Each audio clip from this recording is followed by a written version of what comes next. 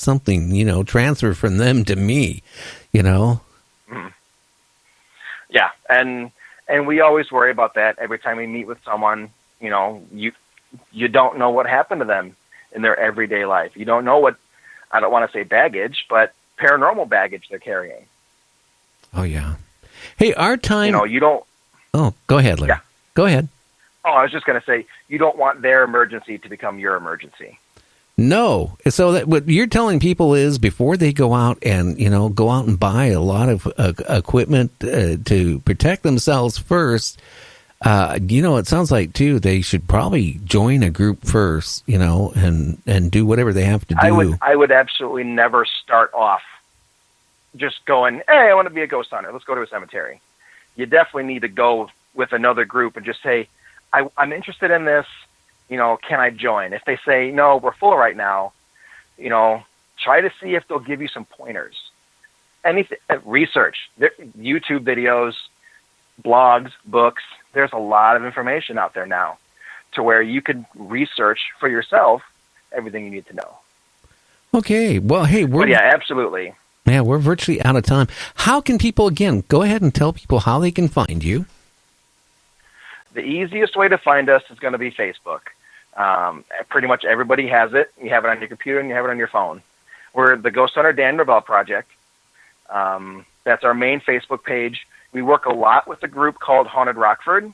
They're the events agent that has a lot of investigations where they give regular people that are interested in the paranormal but don't want to invest in it. They give you the chance to go and try it out, pretty much. Or, paranormal tours and stuff like that.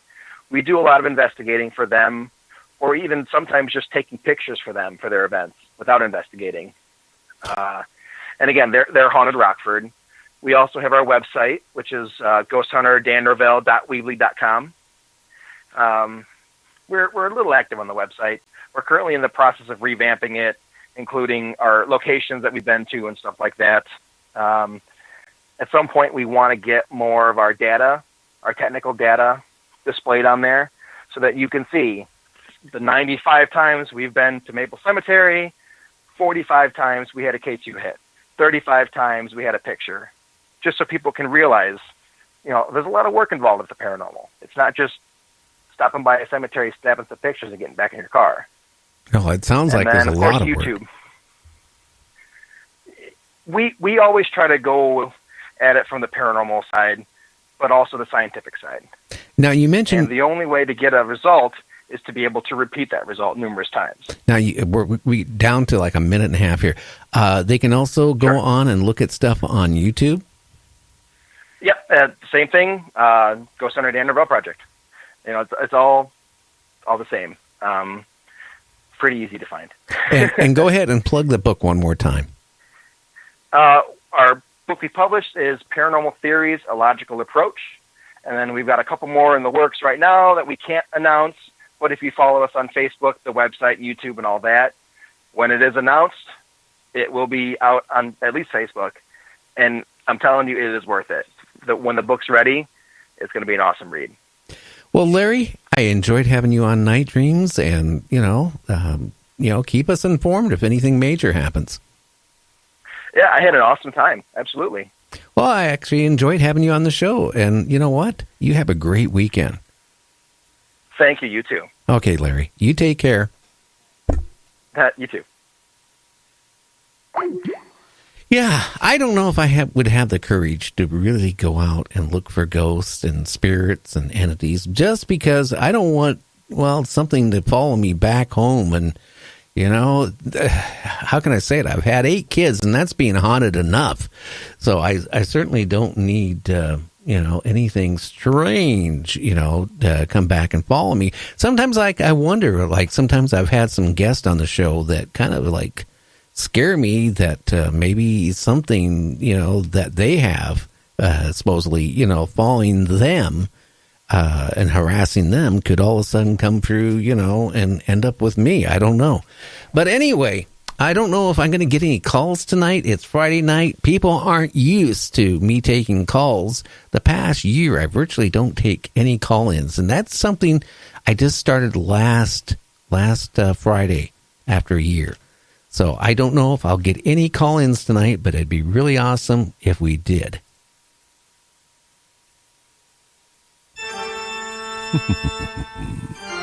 The spooky Friday night call line is now open. Let's hear your scariest story. Call 1-253-203-6695.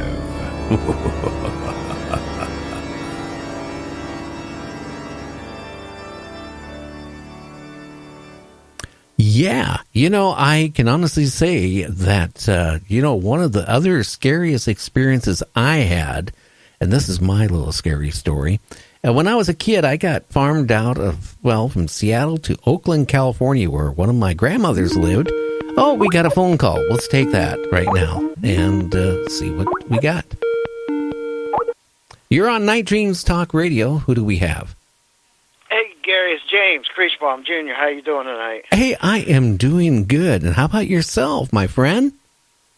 Pretty good. I just got back from a week at Gettysburg. How did that go? It was interesting. Never been there. And it kind of funny that I guess before just tapped on it, I spent a week there investigating and might have got an hour's worth and a show's worth of stuff. But, I mean, it's just what you got to do, It was good. Well, you never know. I mean, you can go out and, and all of a sudden get a lot, and then you can go out numerous times and get nothing. But, where that area you were at, one of my first guests I ever had on my show, he wrote a book about, the ghost of Gettysburg. He bought an old house there and or near there, and nobody's lived in it for many, many, many years. So he's, remodeling it with, help and all that stuff. And he swore up and down that the house was haunted. He'd be like in, let's say, one of the den, remodeling the den, right? He'd have his saw there, his hammers there, all the tools, right? At the end of the day, because he wasn't living in there yet, but he would lock it up. At the end of the day, he would put all his tools in one little area, and then lock everything up. The next day, he would come in there in the morning with his son and one of his helpers, right? And then all of a sudden, the circular saw would not be there. And then they'd walk around and it'd be in the next room. And he said that tools like that was happening so often. And then they would start hearing banging on the walls and things like that. So I don't know if I would want to live there, even if you remodel it or not. I stayed in this one end that there's so much blood in the wooden floors. The energy was palpable. I mean, it was just amazing. Because it turned into a hospital, and many soldiers died in there, and it was just overwhelming to say the least. Well, a lot of... go ahead. And another thing I noticed, I stayed in another place, and I got to tell you, and people don't realize this, there's a lot of mold in these buildings that are 150, 200, 250 years old. I could smell it. It actually made me sick for 2 days. And a lot of those molds can make people hallucinate and see things that you may think you may be seeing a spirit. It may just be the effects of the mold and the must. I mean, really. Well, especially black mold. I mean, that stuff, if you lived... we had a house one time we rented years and years ago in Tacoma. It was a brick house, the old cinder block brick. Yep.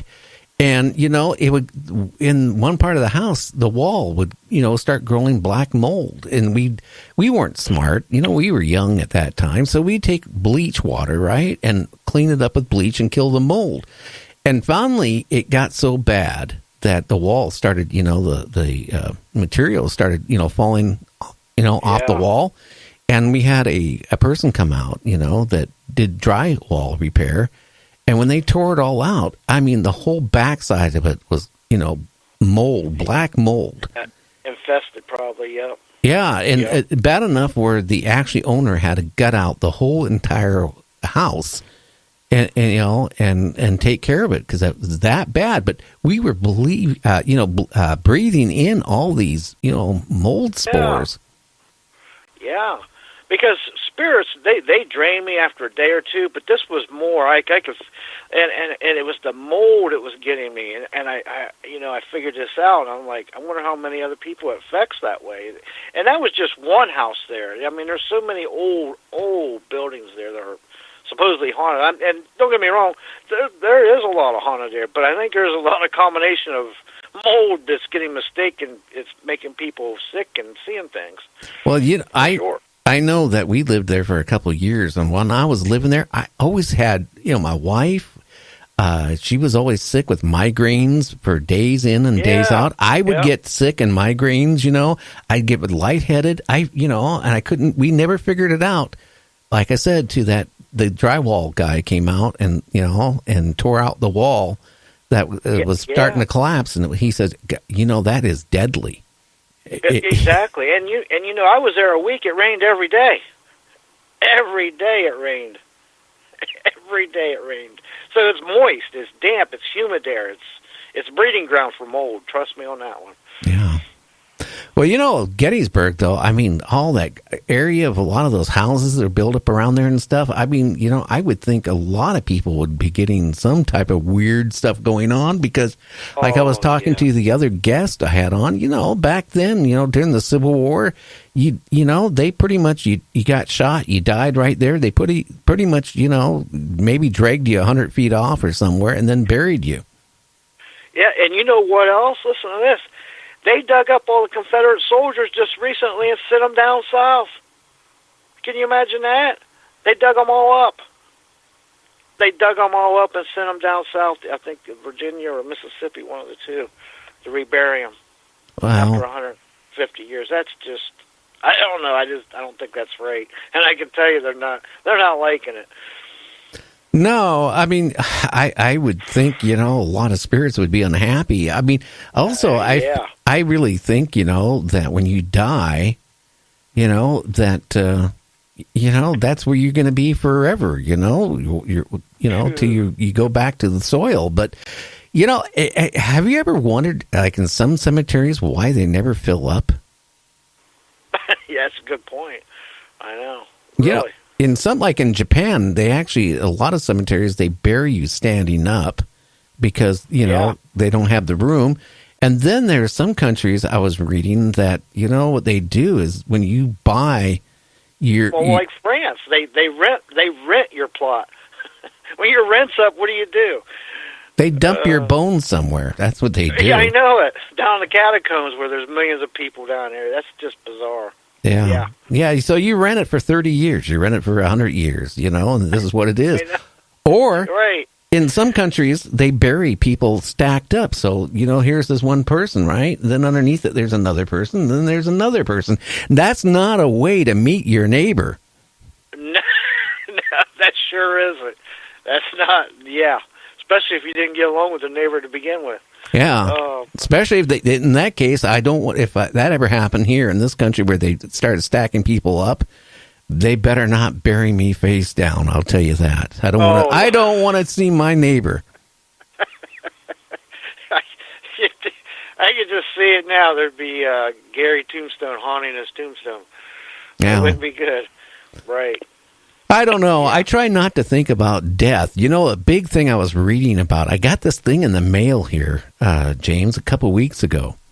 It basically up by where I live, maybe 60 miles away. There's an area, of all these beautiful pine trees and stuff like that. And basically what they do is they, make you into like compost. Oh, I seen that, and you know what they got another thing. They make you into some kind of tree and stuff. Yeah, and, I've seen that. That's pretty interesting. I did see that. Yeah, what they do is basically make you in compost and then plant a tree. Yep. Hey, I told my wife when I die, I cremate me. Don't worry about spending money for anything. Just have them put you in a coffee. Put me in a coffee can. Come home.